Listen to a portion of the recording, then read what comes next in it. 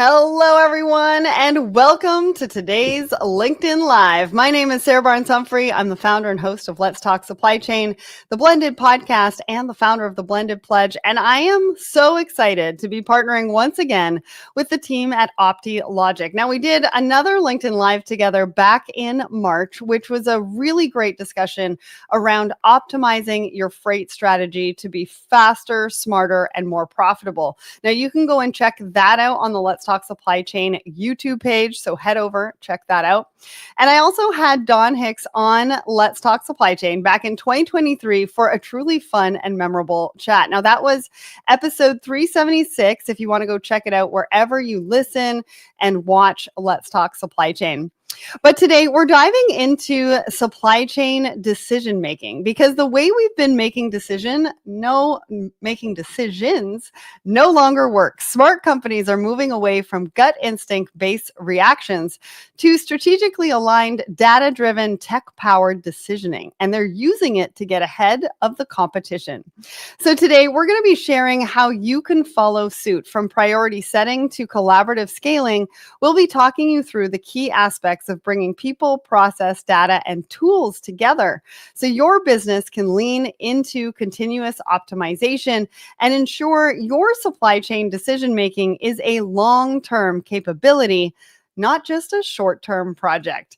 And today I'm joined by Diana Orrego Moore, VP of Supply Chain Modeling and Optimization at Cencora, and Sarah Butler, Engagement Lead at Optilogic, who will be shining a light on all of it today for us. So welcome, ladies. Awesome. So I want to let everybody know, if you're watching us anywhere on either my personal LinkedIn or the Let's Talk Supply Chain LinkedIn, make sure to let us know where you are tuning in from. We want to see that. And if you're loving the conversation today, make sure to give us a fire emoji. And if you have any questions, put those in the comments as well, because we're going to get to those just a little bit later on in the show. So now let's get to know the ladies on the panel today. So Diana, let's start with you. Why don't you tell us about yourself, your role at Cencora, and what your team is responsible for? Okay, so thank you, Sarah and Optilogic, for having me today, and congratulations on your book, Sarah. Oh, thank you. So I'm Diana Orrego Moore, and I'm originally from Colombia, living in Connecticut. I have over 25 years of experience in supply chain.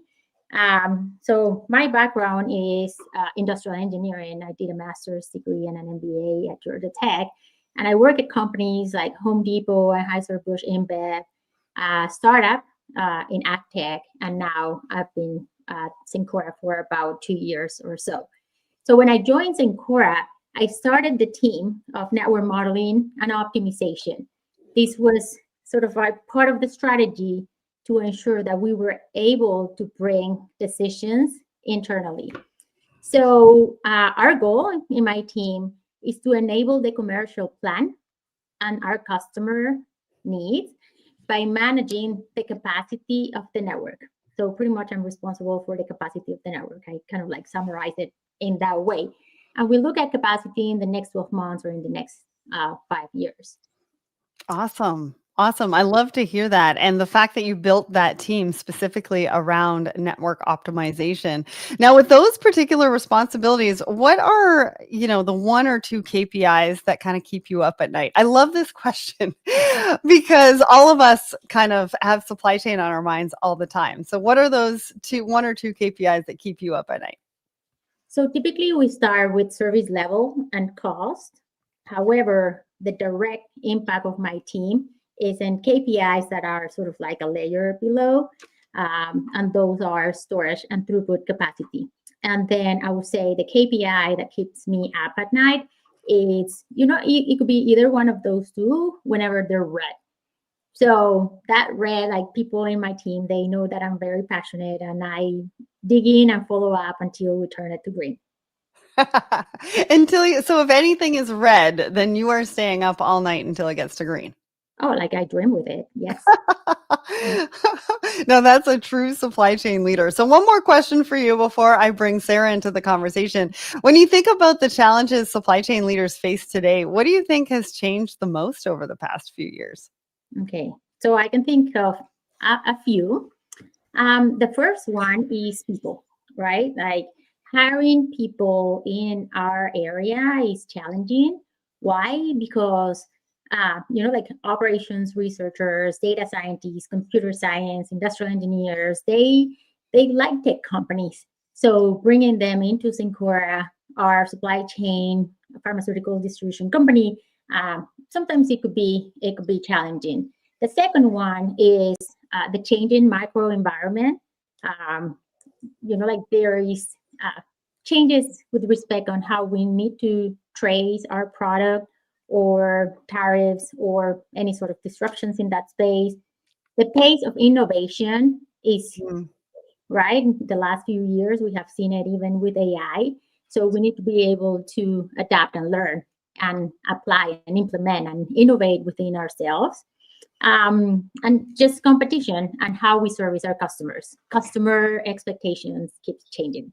Yeah. Well, and I think the speed of innovation as well. Like you talked about technology, you talked about innovation, and I think it's really the pressure from the speed of everything changing as well. Like that to me has grown exponentially over the last couple of years, and some of us I think are sitting here going, how did we get here and how do we get there when we have to make all of these changes so quickly? All right. So, Sarah, I want to bring you into the conversation. Thanks so much for joining us. Now, why don't you tell us a little bit about yourself, your role at Optilogic, and what your team focuses on when it comes to helping customers strengthen their supply chains? Yeah, absolutely, Sarah. First, thank you so much for having me. I'm really excited to be here with you and with Diana in this context. It's really exciting. So a little bit about me. I also come from an industrial engineering background. Also have a background in operations research, which is really kind of the backbone of a lot of the tools we use here at Optilogic. I come from a transportation background as well. I worked for a 3PL provider, just getting my start in the professional world. Was really interested in a lot of the tooling around that, which is what led me into the operations research space and the supply chain design technology space. And I've been in these types of roles now for over 10 years. So I've been working with Optilogic for the past 3.5 of that, and always been in a very customer facing role as part of the professional services team. Awesome. So to speak a little bit about what our team does. So we're embedded here at Optilogic. We have a lot of great engineering resources building a lot of our tools, and we are here to help those customers learn how to use those tools, and how to actually get those tools in the hands of the folks on teams like Diana's and be successful with them. So everything from maybe if you're brand new to Optilogic and you need some onboarding support, you need a lot of training, or even you need help building your first model and you want to hand us data and see how we actually turn that into a modeling reality, we're here to do all that. But also really high priority is making sure that your team is enabled to actually do those builds, do those analysis on your own going forward with our support when you need it. Great. So not only do you and I have the same initials, but we also have the same background in 3PLs. I love it. I can't believe it was meant to be. Yeah. It was so meant to be. I'm so glad that we're doing this today. All right. So with some of those responsibilities in mind that you just mentioned, what are the one or two key metrics or outcomes that you're most focused on that will drive that value for your clients right now? Right. So two things certainly come to mind. One is that we're often giving organizations the ability to look at things in their supply chain in a really comprehensive way for the first time. Often when I start working with the customer, someone has been looking at things from an inventory perspective. Someone's been looking at things from an outbound transportation perspective. Someone's looking at something different from the procurement side of things. And this often we're actually trying to bring all that data into one location so that when you're looking at modeling, when you're looking at making network decisions, you understand the impact on the whole network and what some of the trade-offs are. So enabling that is really exciting to be able to do. And often we're doing it for the first time for real for a customer. So that's the first thing that, is one of the just immediate high value items we bring to the table right away. The other piece I really focus on and really proud of and really focused on is what I call like the team enablement or the center of excellence enablement. our goal is to have our customers like Cencora have a center of excellence where they have talented folks that know how to put these tools to good use and are able to do this, with support on their own. Our goals are not to have us do an analysis and us tell you the result. We want you to be along for that journey, understand how it was done, and actually be able to go wield those tools on your own going forward. Yeah. And that curates the trust, right? It's when you have Absolutely. that feedback loop and you've got people that you can rely on to really help you optimize the tools that you're using, and that you trust everybody involved. And we break down some of those silos so that they can trust not only the platform and the partner they're working with, but also internally as well. So when you kind of take a look at the broader supply chain landscape, what do you think has shifted most in the past few years, especially in how companies are approaching network design and resilience? I mean, we're talking about the past couple of years. I'm sure it's like completely shifted. Right. I've been doing it long enough that yes, it's easy to say that things have definitely shifted. So I'd say one of the things is there's a bit of a mindset change. Several years ago, a lot of things used to be efficiency focused and cost focused, and that was king. And that was what everyone was very hyper focused Right. on. Now I think there's much better recognition that, hey, there are trade-offs to that, and there are balances that need to be struck there. And we need to not just be looking at things from that one singular perspective. If we are, say, consolidating our inventory, we might be able to lower our safety stock. But then what risk is that opening us up to? What if that ends up being something where, there is a vulnerability with having everything in that one location? So understanding that whole picture, I think that's a mindset change that has happened. Another thing that has clearly happened, and we've already alluded to this, is speed. Folks are needing and wanting answers faster and more often. So Right. having teams like Diana's have the ability to, be able to build a model once a year is not going to cut it anymore. Now folks are needing to take that model and say, no, I actually need to be running this every month to make sure I'm having customers pull from the right DCs, because something has happened to where maybe I can't do what I did 3 months ago. So being able to actually do that analysis and make those recommendations quickly has become extremely important. So there ends up being a lot more conversation about how do we make it to where folks can actually spin up those answers more quickly. Yeah. 1 year to one a month. I If not, mean, if not more like from like just a planning perspective of, oh, these are, if I could optimize things more often, what kind of value is there? I want to do that more, or I need to do that more because the landscape has suddenly changed. Tariffs are suddenly different. yeah. Now what's the most effective way to do this? Yeah, but it just goes to show the speed at which organizations are looking to run at. And so it puts into perspective where you are in relation to other organizations, their supply chain teams, their supply chains, and also your competition. Now, I want to point out that we've already got a double fire emoji. So if you're loving the conversation, want to see some more fire emojis, plus the QR code in the top right-hand corner. If you want to click that, it will take you right to Optilogic's website and you can find out more. All right, let's get into the rest of the conversation, because I find myself having more and more conversations about the importance of breaking down silos, which I can't believe we're still talking about in 2025. And I really hope we're going to have a shift in 2026. And, because we really want to collaboratively bring different business areas together.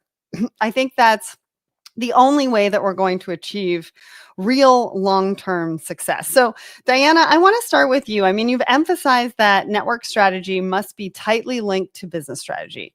Can you explain what you mean by that, and maybe share an example from your experience at Cencora? Sure.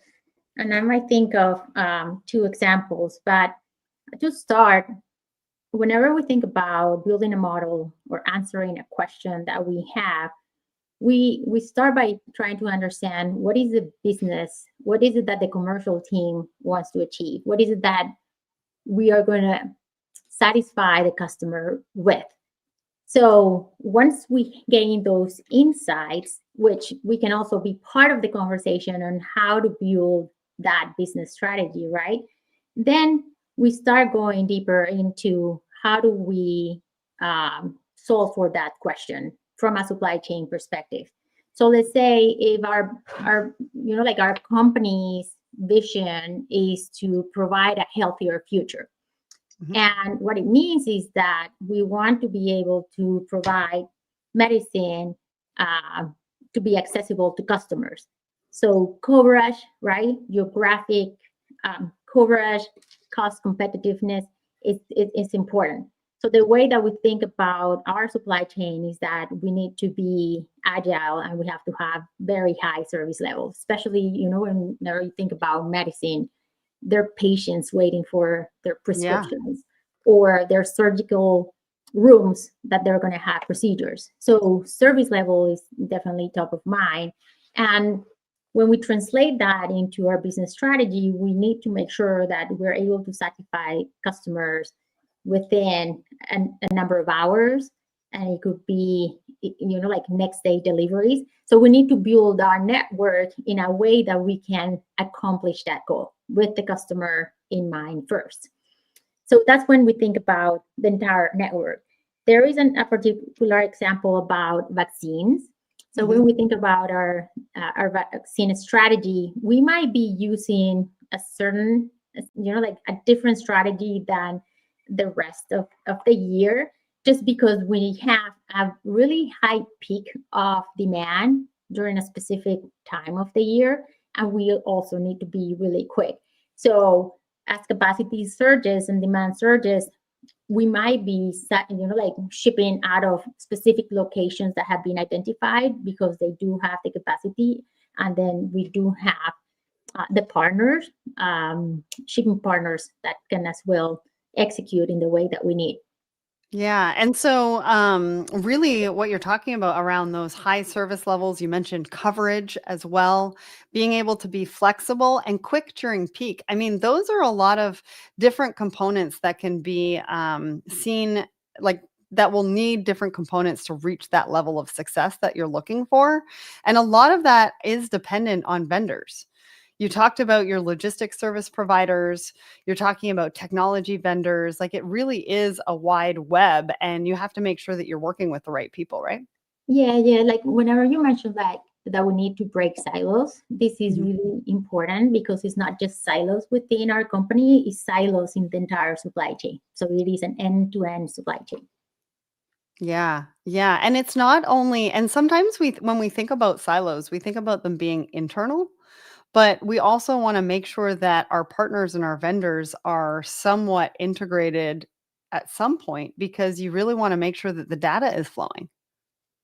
Yeah. I typically talk about the digital supply chain and the physical supply chain, and they need to go together. Yeah, absolutely. We don't talk about that enough, the physical supply chain and the digital supply chain. But thank you for sharing that. So, Sarah, from your perspective, I mean, you work with multiple companies. Why do you think that so many organizations then struggle to make this connection between business strategy and network decisions? Like, what's the most common gap you see? Yeah, I see maybe things manifesting in a couple of ways, and they both relate back again to the silos idea that you mentioned you don't want to be talking about in 2026. Sometimes I see that, like, for a strategy, it's not truly a network strategy. Someone is, tasked with doing something that's really focused on maybe just one part of the network. They might be looking at transportation really closely and wanting to do things in a way that makes sense that way because that's what their team is getting measured on. But there's really not a connection, and just look at the whole picture instead. So, Deanna, your example about vaccines and other things that really the service level being really important, that's probably going to look bad in terms of maybe what you're spending on transportation potentially if you just look at it from that one lens.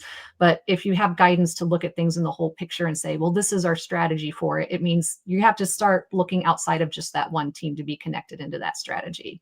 Another thing that I see at times is you might have a network strategy team that doesn't have the right plugins with the operations team. So you can do your analysis, you can come up with a suggestion, but if it's actually not connected in and backed up with insights or assumptions or buy-in from other parts of the organization, and also having that leadership in place to making sure everyone is operating from the same platform, the same strategy, that analysis is not going to end up landing with the people that actually need to go execute that strategy. It's going to be much more difficult to get the buy-in.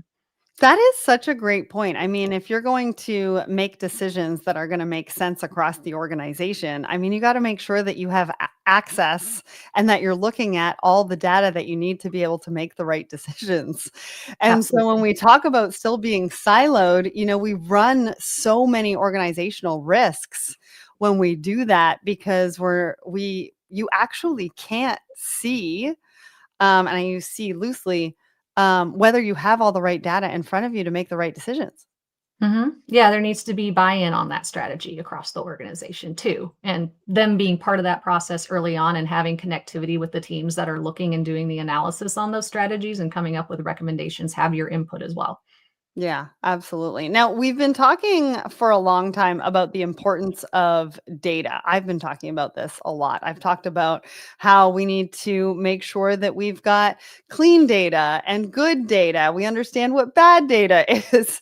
But I think what we're only recently starting to really focus on is data quality and what that looks like and why it's so important to the discussion that we're having today. And so, Diana, I want to start with you. I mean, you mentioned that data preparation can consume 80% of the time in network modeling projects. What surprised you? Because 80%, that's a lot of time. What surprised you the most about the data challenges when you started this journey at Cencora? Sure. So I would say, just before I answer this question, maybe 19% of the time is just defining the problem, Mm, and then the 1% on execution. However, it has changed a lot. So as I mentioned, when I joined Cencora, we started my team.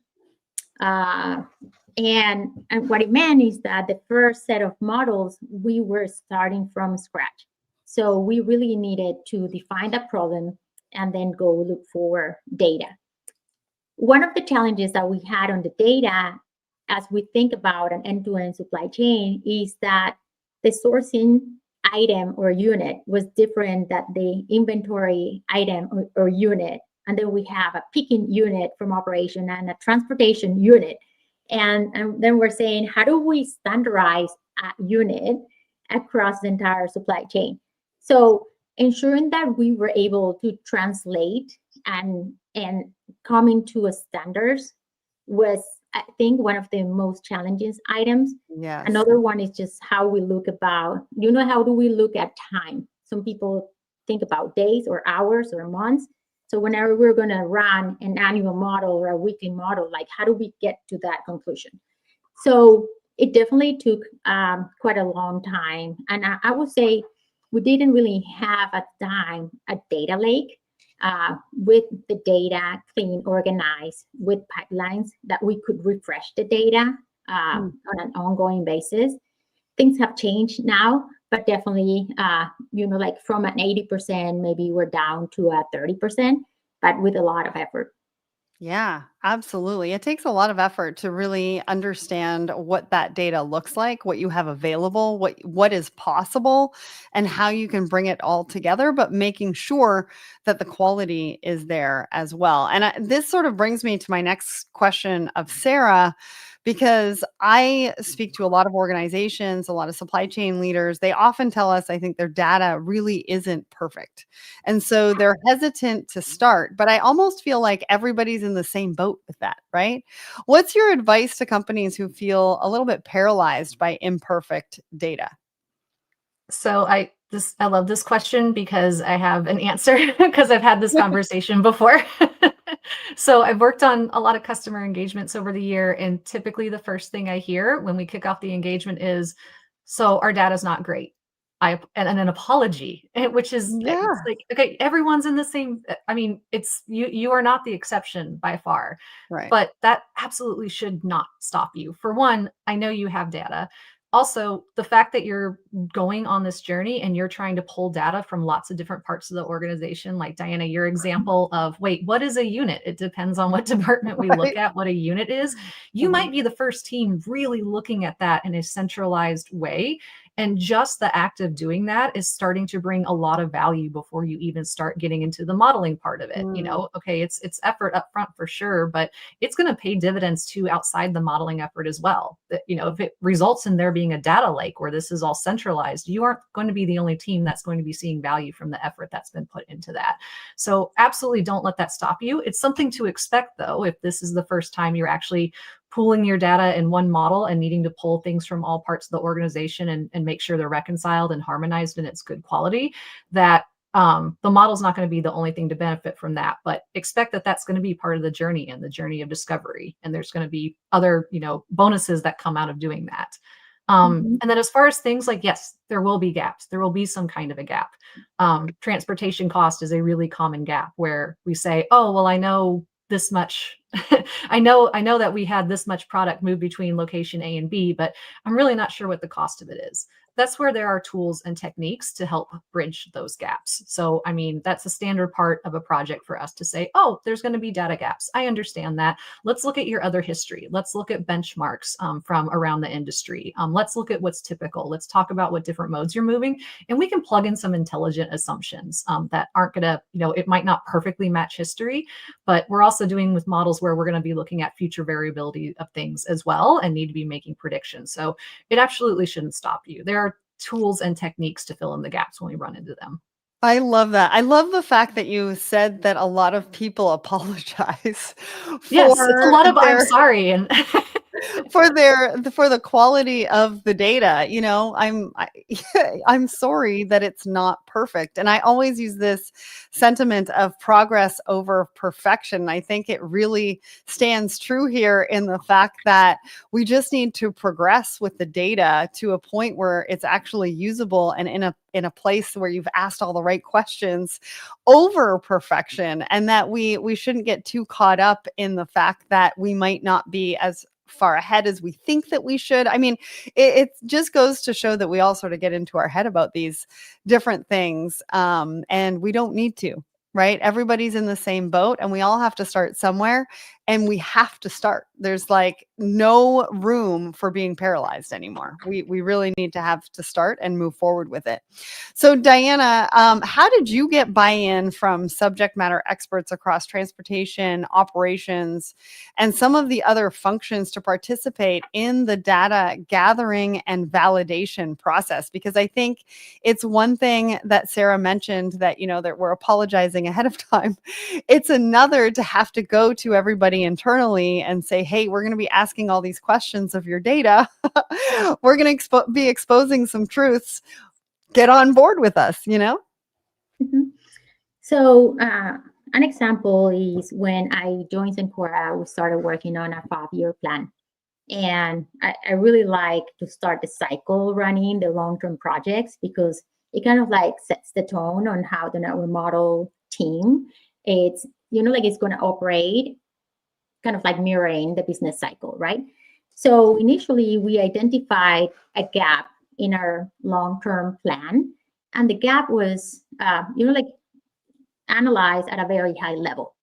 Once we did that, we came to our steering committee, which I think that is super powerful the way that, like Cencora is organized, because we're able to escalate to different leadership teams what insights we're getting from the data.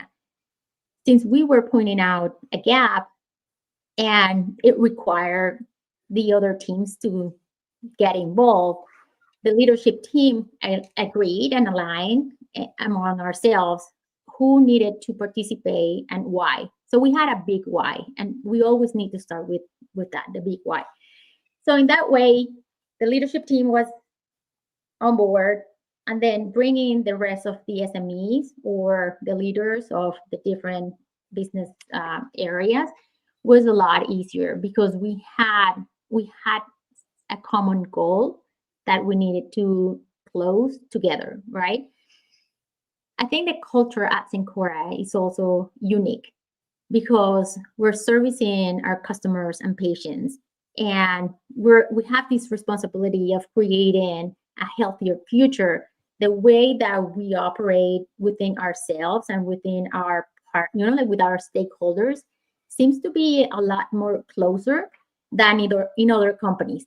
Like if I need something, like there is a reason, and we talk about the why, and we ensure that we bring people along.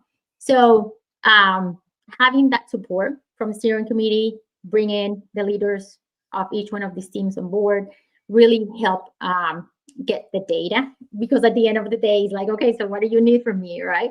So yeah, it's the data. But some other things that we do is just ensure that we have a project plan and an understanding of what we need to do when and who needs to be involved.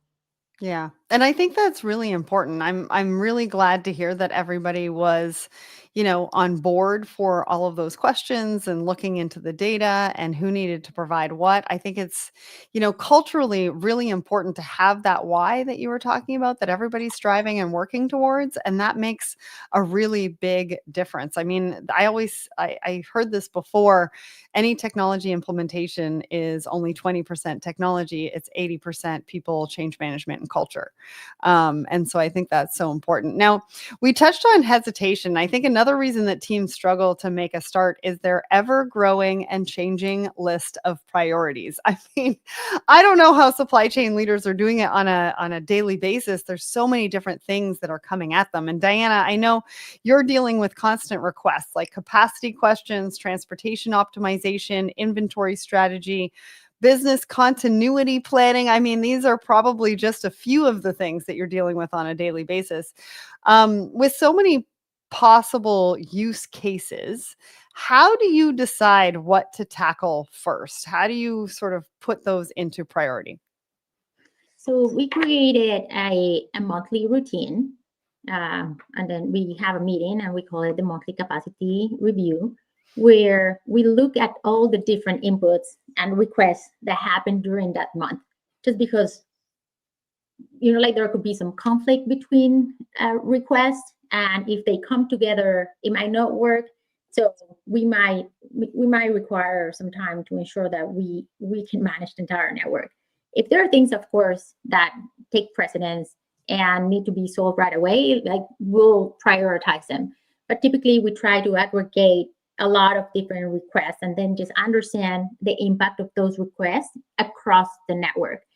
When we come to this monthly meeting, then we advise on like what risk we have, what opportunities we have, and then we really are looking to prioritize based on the customer. So our customer always goes first. Great. Sarah, I want to bring you into this because I think you also see, organizations struggling with prioritization. Where do we start? What does that look like? How then do you and your team help those teams figure out where to focus? Because I'm sure that is, we want to build partnerships. We want to build relationships. And I think that's a really great place to start.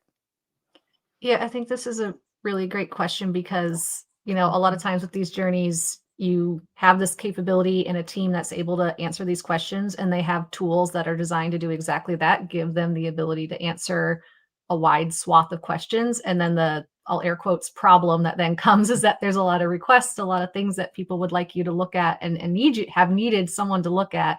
And there's excitement about, oh, something's in place. The team is able to look at this.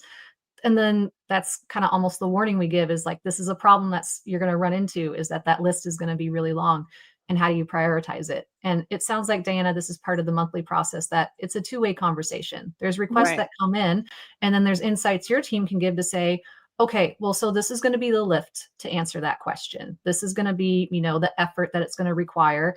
Here's maybe what I can tell you about the data quality we have in this area versus that area. And so infusing that intelligence and having the two-way conversation about understanding the effort is really important.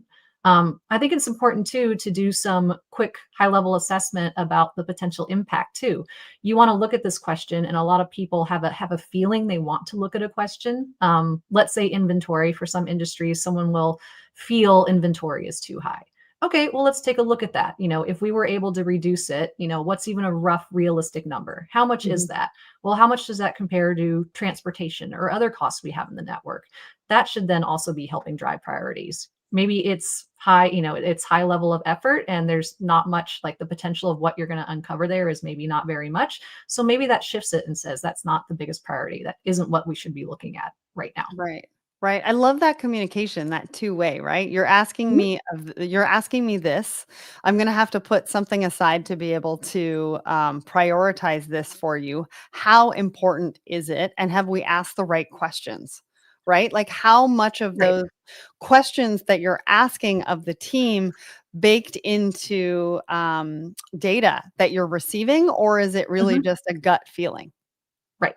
Yes. And that happens a lot. That Mhm. and you'll notice it too, because suddenly the priorities next month are super, super different. And then the thing that was asked about next month maybe isn't on the table anymore.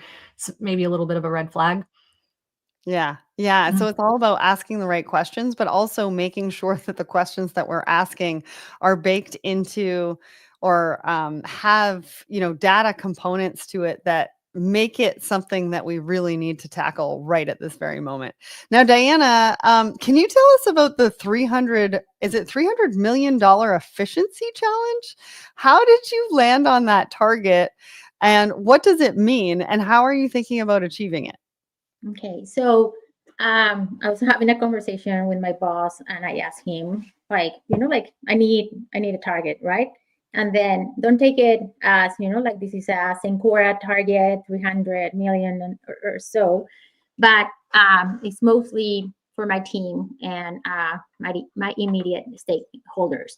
So so the way that I think about this efficiency, which is the way that I have done it in the past, is that when we think about our LRP or the long-term plan, we need to offset certain cost increases.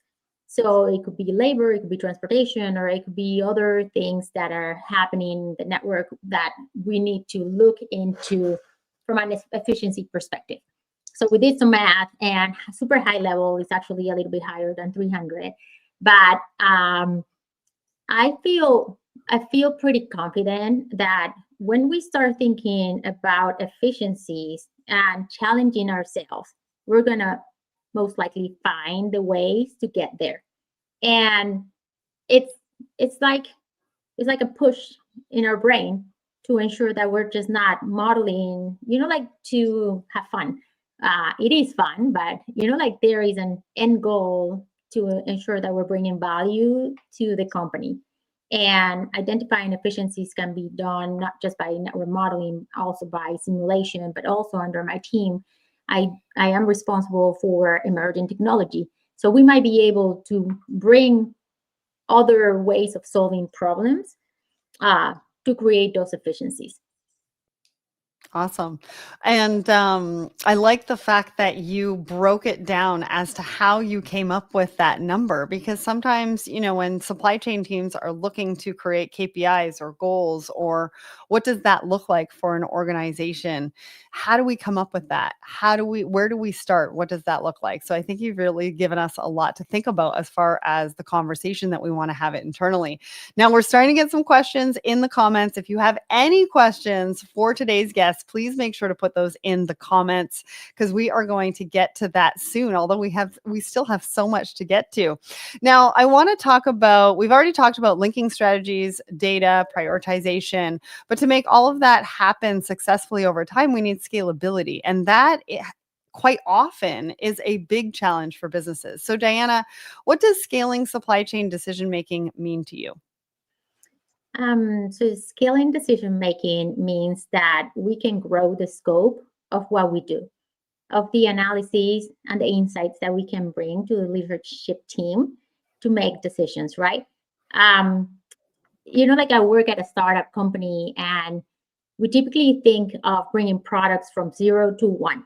So that was probably our first year. We were testing, we were piloting, we were building models, we were building pipelines for the data, presenting our results, and really ensuring that we develop a framework.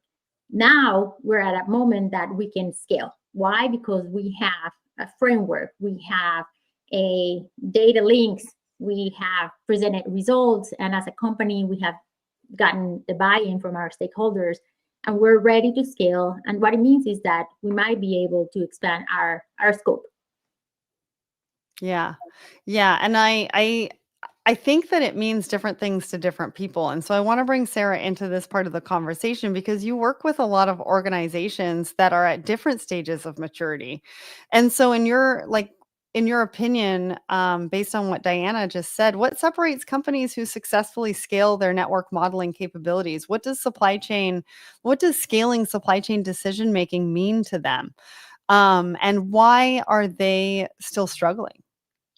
I think actually Diana mentioned getting a framework in place, and having the time and the space to get that framework in place is so important, because right at that point, once you have it, then you can really scale what you can do with it.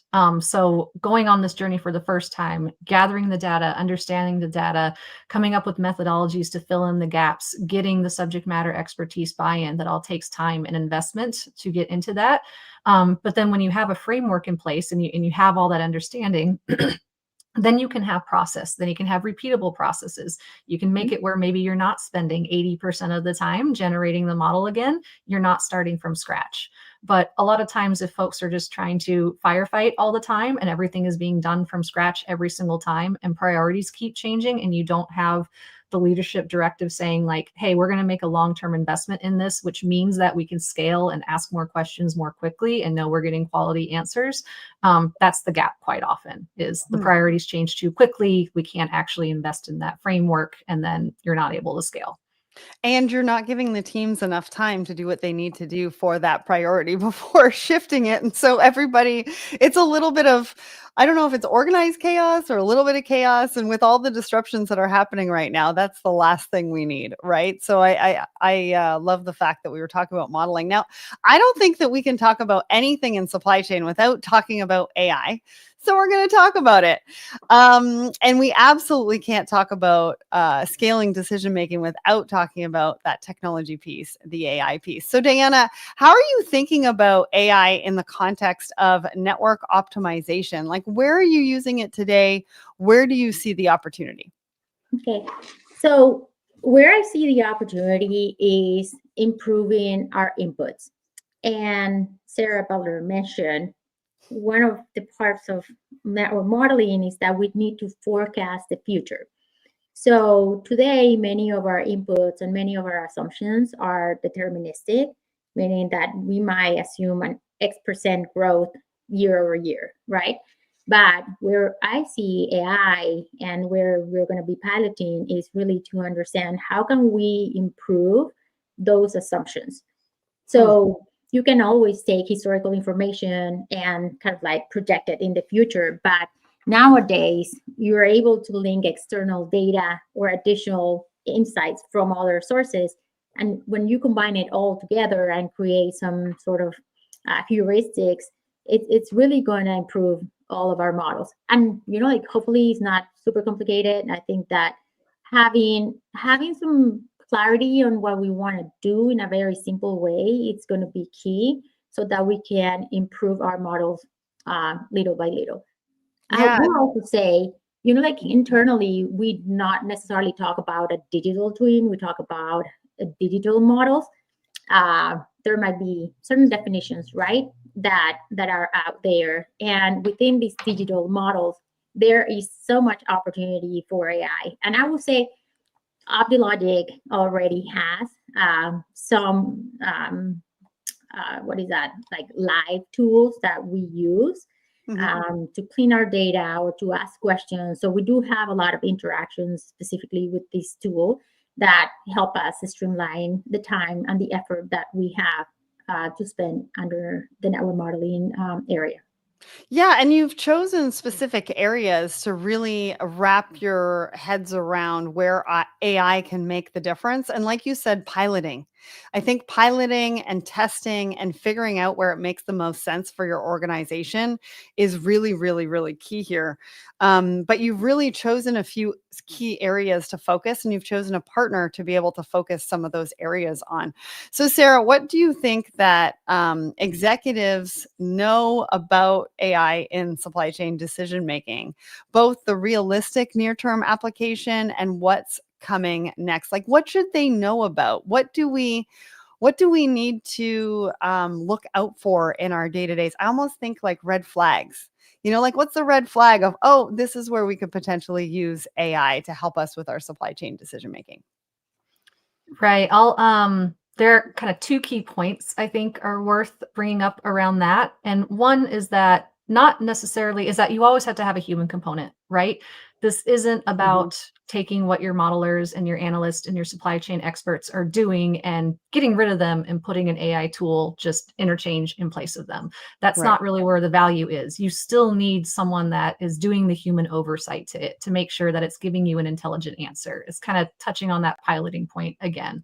I think the opportunities are certainly huge in all the spaces it could be applied. Diana, you talked about inputs, but outputs, insight, and processing, and being able to understand that more quickly and synthesize those results more quickly. It can help with all those pieces. But right, you still need a human to actually be curating exactly what's going on there and leveraging that tool and interpreting the outputs and saying, this looks like what I'm looking for, or no, that does not look quite right. Hold on, we need to try this again and improve upon it. I also think those tools need to have subject matter experts behind them and involved in their development, which is something that Optilogic is really interested to be continuing to be a part of.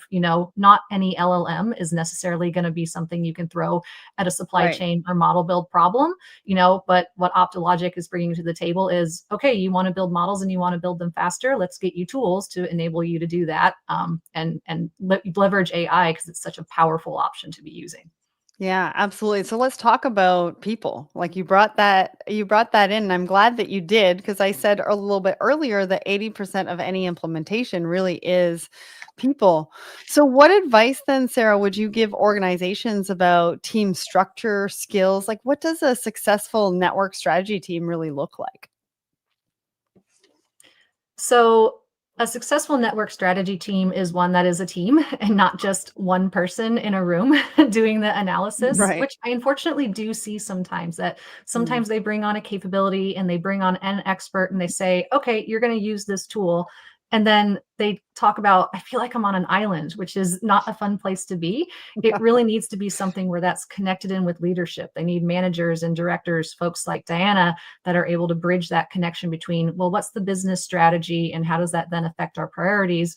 And also someone like Diana that has the skill set to do that, but also really understand what the tool is doing, which she's absolutely fantastic at being in that role to say, I understand what this analyst is able to do and the tools that they're using and able to do that interpretation. So yeah, having that team in place is so important. It needs to not just be one person that's given a tool and then not given any direction and any support. Yeah, making sure that it's collaborative and they have access to be able to provide their thoughts, their perspectives, share some feedback behind it, get creative, get innovative, because that's really how you're going to grow, not only as an organization, but whoever you're going to partner with on that as well, right? Well, I want to get to some of our audience questions because I think that we've got some really great ones in the comments. And then I want to leave a little bit more time at the end to see what you want to leave everybody with. So for Diana, we've got a question. You mentioned needing faster answers to align with business investment cycles. How long did it take from adopting Optilogic to seeing usable insights? And how did that speed change internal conversations? Great question. So I have a team of experts. Like I'm just so lucky that my team is just so incredible, and I'm so thankful for them. Our like first model, even before this big model on the 5-year plan, because we had knowledge and we had expertise, and we like you don't have to create a super in-depth detailed model with every SKU every day of the year, but we can aggregate data and create very high level models. I would say probably a few months was how long it took us with our initial model.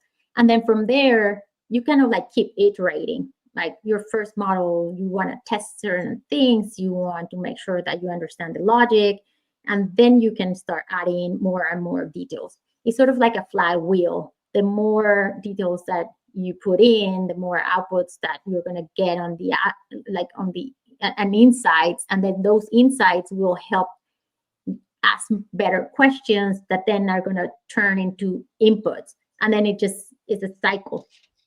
Yeah, absolutely. I want to make sure that everybody knows the QR code in the top right.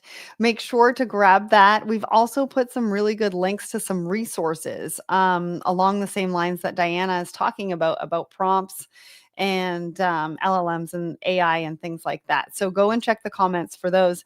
Now, Sarah, I have a question for you from the audience. How do you advise companies that are still relying heavily on consultants for supply chain design, but want to start building internal capability? Where should they begin?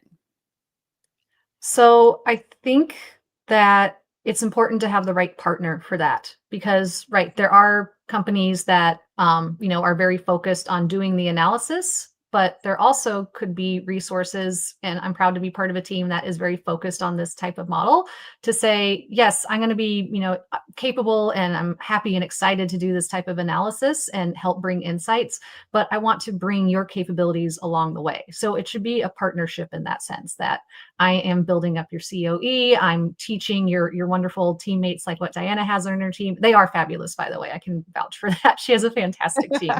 But yeah, building those capabilities and making it to where you can have a partner that can jump in and move quickly to maybe do some analysis quickly to bring value quickly, but is also bringing the team at the client up to speed, bringing them along for the journey, have them super involved on the data processing part of it, understanding what steps you're taking, having them involved in getting things validated, being with them when they're reading it back to subject matter experts saying, this is what we're seeing in the data. Are y'all aligned with it or not? So being there along the journey and it not being a black box is super critical. So if you can find that right partner, I think it's absolute, very doable reality. Sorry, go ahead, Diana. Go ahead. Yeah, and very like the way I would recommend going about it.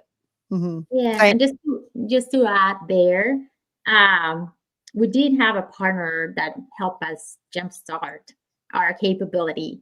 And something that is really key for me when we're working with partners developing capabilities is that the company, so like Cencora, we own the model. It's not that the consulting company walk away with the details on the model and we're just left with a PowerPoint presentation. No, it's right. Like we were working along the way, as Sarah mentioned, and we had on hands in that model so that the knowledge transfer was there at 100%. That is such a great point because sometimes we lose sight of that when we're going into a project like that, and we want to make sure that everybody has access to that knowledge and the knowledge transfer and making sure that you actually own that model as well. I think that's super important. One last question, I think, from the audience. So Diana, can you share, these are such great questions, by the way. Can you share more about your move towards continuous optimization? What's enabled that shift and what results are you seeing? So being able to go from a 5-year plan model to the 1-year plan to now monthly, and if we wanted to run it weekly, we can, but just having consistency on the process, the methodology, the data that we have, and ensuring that we can go from a macro perspective to a micro perspective really helps with the speed. So like it's all about the questions that we want to answer and the decisions that we need to make. So we might have some business continuity events and we need to make some decisions. It might be isolated, it might be a specific region, it might be a certain SKUs. But in our 5-year plan, we're really considering the entire country and the entire network. So it's really being able to determine what needs to be solved now and be able just to isolate the question that we need to answer. And it goes back to priorities. It goes back to that monthly meeting that you were talking about and making sure that everybody's aligned within those priorities and making sure that you focus, right? You have a focus, you know what you're doing, you know that what you're working towards. And I think that that's so important. Plus, having a feedback loop is really important to that as well. So I appreciate you for sharing that. All right. I want to get to a couple more questions for both of you. I want to know what we want to leave the audience with, because I always love leaving the audience with a takeaway or an action item or something like that. So Diana, as you think about your journey so far at Cencora, what's one lesson learned you'd share with other supply chain leaders just starting to build or scale these capabilities? Something that has worked for me is creating a vision of the future and sharing that vision with the rest of the company. So we might have our Cencora vision, right? We want to create healthier futures. But then as a supply chain, what do we want? And we do talk about the supply chain of the future that needs to be agile and resilient and cost effective and provide the service that our customers need. So I might initially have not defined the KPIs of that supply chain of the future, but just macro level, it really has brought people together, not just from the business side, like operations, but also from IT and commercial. And then we talk about the network of the future. And it was amazing. I think it was last week or 2 weeks ago that my HR partner was talking about the supply chain of the future. Yes. And it makes me happy because it is really resonating that we can always do things better. And it could be a year from now, or it could be 5 years from now. But if you set that vision, you're really bringing people together. You don't know all the answers, but you're gonna find them together. Isn't that a fun way to think about and be a part of supply chain? You know, if anything was possible, what do you want your supply chain to look like? And having your team sort of dream and get creative and think innovatively and come to the table with everything that they would want to see, and then having that discussion as to what actually is possible today and what you want to work towards in the future. I love that. I think that's such great advice. Now, Sarah, you work with dozens of organizations. What do you think is the one most common mistake you see companies make, and how can they avoid it? I think actually my answer to this is going to align really well with everything Diana was just describing, in that leadership is such a key part of this. I mentioned that island, and sometimes someone is being handed this tool and then they're kind of by themselves and there's no one there to actually have a vision for why are we doing this, and actually distill that information to the other parts of the organization and bring them on board. I mean, that's such a wonderful story with Cencora, that there's other parts of the organization that know this term, the supply chain of the future, that they're cognizant of it. I mean, that shows how much buy-in there is for it, and across the organization. It's because the leadership is in place driving that. So I think that's the biggest mistake I see made. Folks invest in the tools and they maybe invest in a talent that can do the technical part of it, but you also need support in place from a leadership position to actually turn that into reality. Yeah, absolutely. Such great advice. Now, I have a question for both of you before we go, and I just want one piece of advice really quick. What's one piece of advice you would give to a VP of supply chain who's being asked to do more with less, move faster, and prove ROI quickly? Sarah, actually, you know what, Diana, I'm going to start with you, and then Sarah, you can go second. Okay, so do more with less. I think that this happens like every day. Like in supply chain, and move faster. Totally. I would say you can isolate in a way the problem that you've been asked to solve, right? Like, and the angle that you want to take. So defining the problems, spending time defining what is it that they need to achieve, is where I will advise a VP of supply chain that needs to make improvements to spend the time. You might be able to understand your current state and then what's going to happen in the future, but how do you approach it, and how do you define that problem is going to be the first thing that you need to think of. That's great advice. All right, Sarah, what's your one piece of advice?